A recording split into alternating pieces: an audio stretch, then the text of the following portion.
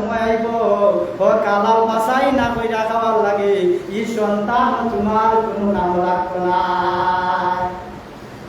কিতাব বলছেন পরিষ্কার আয়াত, ইয়াউমা লা ইয়ানফাউ মালু ওয়ালা বানুন, যেদিন ধন সম্পদ সন্তান সন্ততি কোনো উপকার করতে পারবে না, সেই দিনের কথাটা চিন্তা করো হে মানুষ সকল, হে দুনিয়ার মহিলারা, হে পুরুষেরা, হে যুবক ভাইরা, মুরব্বী বাবারা, তুমি তোমার জীবন কোন কাটালে কাটাই রায়, তোমার জীবন কোন পথে বিলীন করায়, একবার তুমি হিসাব কইরা দেখো না, তোমার কোন জীবন কোন ভাবে কাটাইলাই, কত কাম আল্লাহর কাম করলাই আর কত কাম তুমি আল্লাহর হুকুমের বাইরে কাম করলাই, একবার তা হিসাব মিলাইয়া দেখো।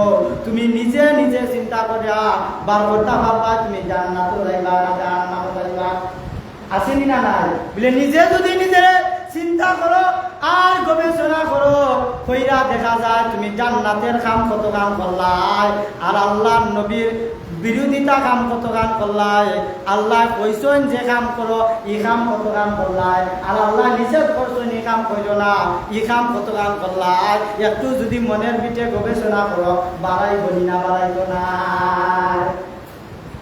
হে যুবকেরা, মুরব্বী বাবারা, পর্দা নিশিন মা বোনেরা গো, আমরা তো কত দিন আমরা গেছি আইলো, রাত আইলো দিন যাইলো, রাত আইলো দিন যাইলো, রাত দিনে 24 ঘন্টা বিলীন আমরা গেছি কইরো দিন আইলো না। আমরা জেনে দুনিয়ার ফেরেশানি কইয়া, দুনিয়ার ফেরেশানি পাইয়া, দুনিয়ার চিন্তার মাঝে কইয়া আমরা যে জোরের নামাজ ছাড়ি লিছি, আসরের নামাজ ছাড়ি লিছি, মাগরিবের নামাজ বাদ দিলাইছি, এশার নামাজ বাদ দিলাইছি, এই সমস্ত হিসাব দেওয়া লাগবে না লাগতো না। পরের আয়াতে আল্লাহ রাব্বুল আলামিন বলেন, ইল্লা মান আতাল্লাহা বিকালবিন সালিম, আল্লাহ রাব্বুল আলামিন বলেন সেদিন শুধু সেই ব্যক্তি উপকৃত হবে যে আল্লাহর কাছে আসবে একটি বিশুদ্ধ অন্তর নিয়া। বলেন সুবহানাল্লাহ। বলে বিশুদ্ধ অন্তর কারে কয়? বিশুদ্ধ অন্তর হইল যার মনের ভিতরে, যার কলবের ভিতরে কোনো গুনাহ নাই, ফ্রেশ মন, ফ্রেশ দিল, ফ্রেশ অন্তর লইয়া যে ওই দিন যাইব আল্লাহ রাব্বুল আলামিনের কাছে, ওই ব্যক্তিটা ওই দাম বেশি পাইব। বলেন সুবহানাল্লাহ। আল্লাহ রাব্বুল আলামিনের কাছে ওই ব্যক্তিও দাম বেশি পাইব যে বিশুদ্ধ একটা অন্তর লইয়া যাইব, যে তাকওয়াওয়ালা অন্তর লইয়া যাইব, যার অন্তরে কোনো গুনাহ থাকতো না, ও মানুষের কাছে দাম আল্লাহর কাছে ও মানুষের থাকবো। বলেন সুবহানাল্লাহ। আর নাইলে তুমি কোটি টাকার মালিক হইয়া ধন সম্পদ বানাইয়া দুনিয়া তুমি যদি পরকালে যাও, তোমার ধন সম্পদে কোনো কামে লাগতো না। সন্তান সন্ততি অসৎ পথে তুমি লালন কইরা ই সন্তান আর সন্তান ই সন্তান দিয়ার বাচ্চা দিয়ার ই ছেলে দিয়ার মেয়ে দি তোমার কোনো কাম লাগতো না। পরিষ্কার আয়াত আছে না নাই? তে বই তৈব তোমার ধন সম্পদ হইতইব আল্লাহর হুকুম নবীর তরিকা মতো, লাগবে না লাগতো না? বলে সন্তান হইতইব আল্লাহওয়ালা, তোমার মেয়ে হইতইব আল্লাহওয়ালা, তোমার ছেলে হইতইব আল্লাহওয়ালা, দুনিয়াওয়ালা ছেলে সন্তান যা আখেরাতে কোনো কাম লাগতো না। বলে অশিক্ষিত সন্তান যা সরকারি চাকরি পাওয়া যাইতো না, আর শিক্ষিত ছেলে সন্তান যা দুনিয়ারও কাম করা যাইব, আখেরাতেরও কাম করা যাইব, সরকারি চাকরিও মিলানি যাইব। শিক্ষিত ছেলের সন্তানের দাম আসেনি না নাই? তদ্রূপ ভাবে যদি আল্লাহওয়ালা ছেলে সন্তান বানাইয়া যাও, তে দুনিয়া তো কাম লাগবো, আখেরাতেও কাম লাগবো। বলেন সুবহানাল্লাহ।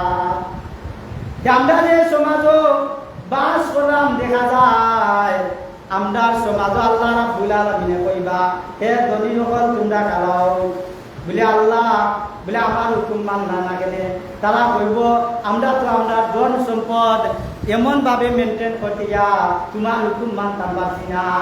কত সুন্দর তো আপনি তারা কইব আল্লাহ বৈশাখ মায়া দিন এমন ঝামেলা আছিল, দাম তুলতে তুলতে জুম্মার নামাজ বাড়াই গেছে, আমরা জুম্মার নামাজ পড়তাম পারছি না।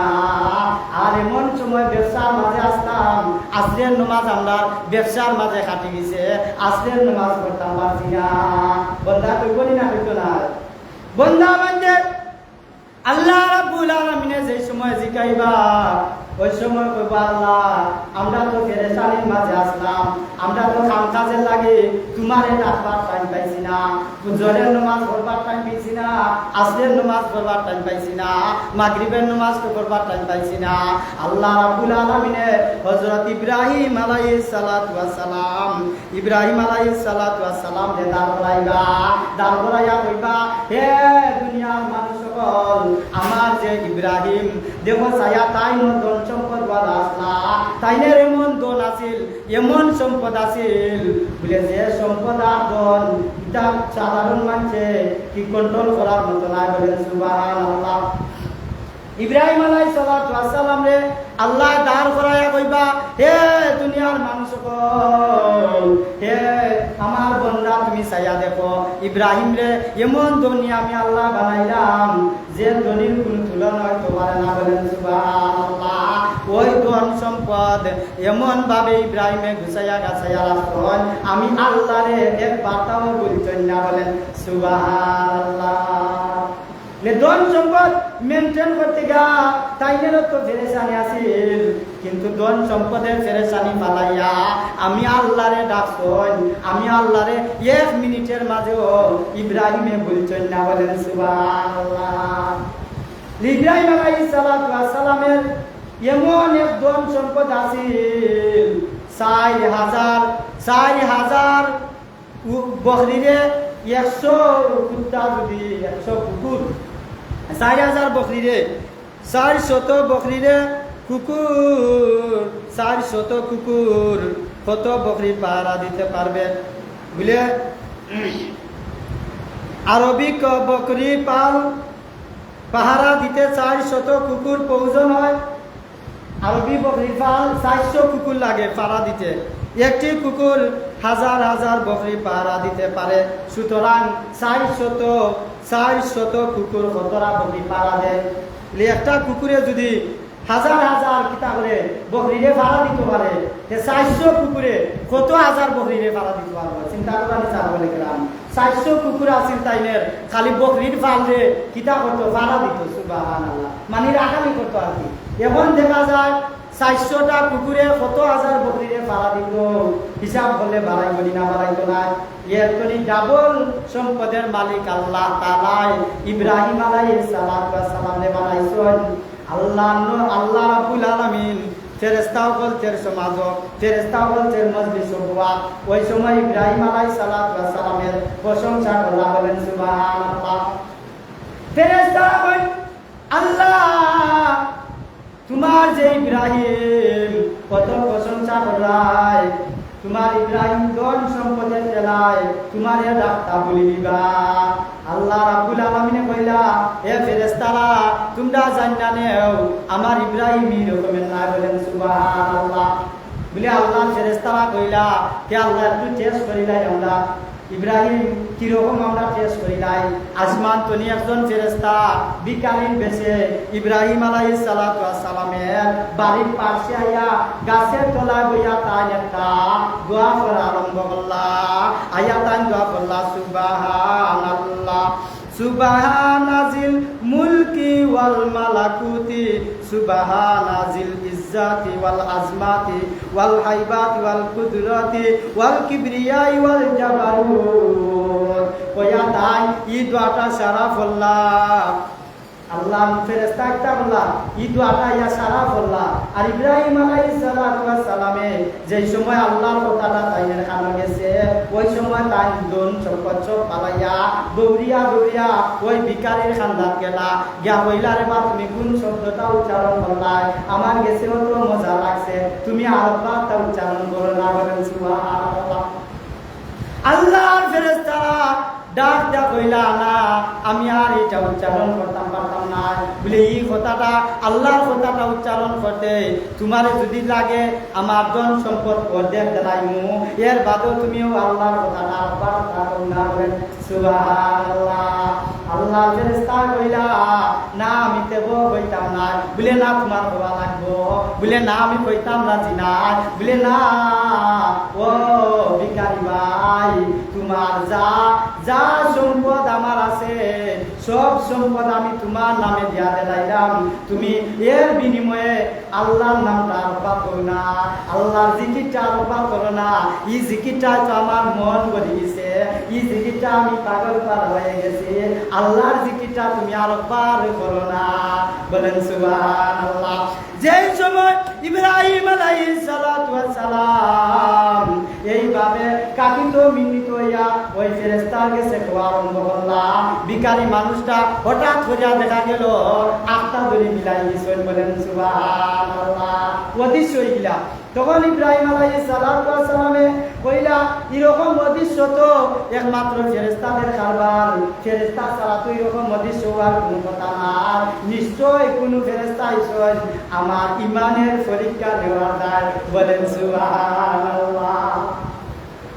ফেরেশতা গিয়া আশ্চর্য আমি তো আল্লাহর কাছে কইলা আল্লাহ তুমি যে ইব্রাহিমের জন্য চ্যালেঞ্জ করছিলা তোমার ইব্রাহিম এই পরীক্ষার মধ্যে পাস করে দিয়েছেন। বলেন সুবহানাল্লাহ।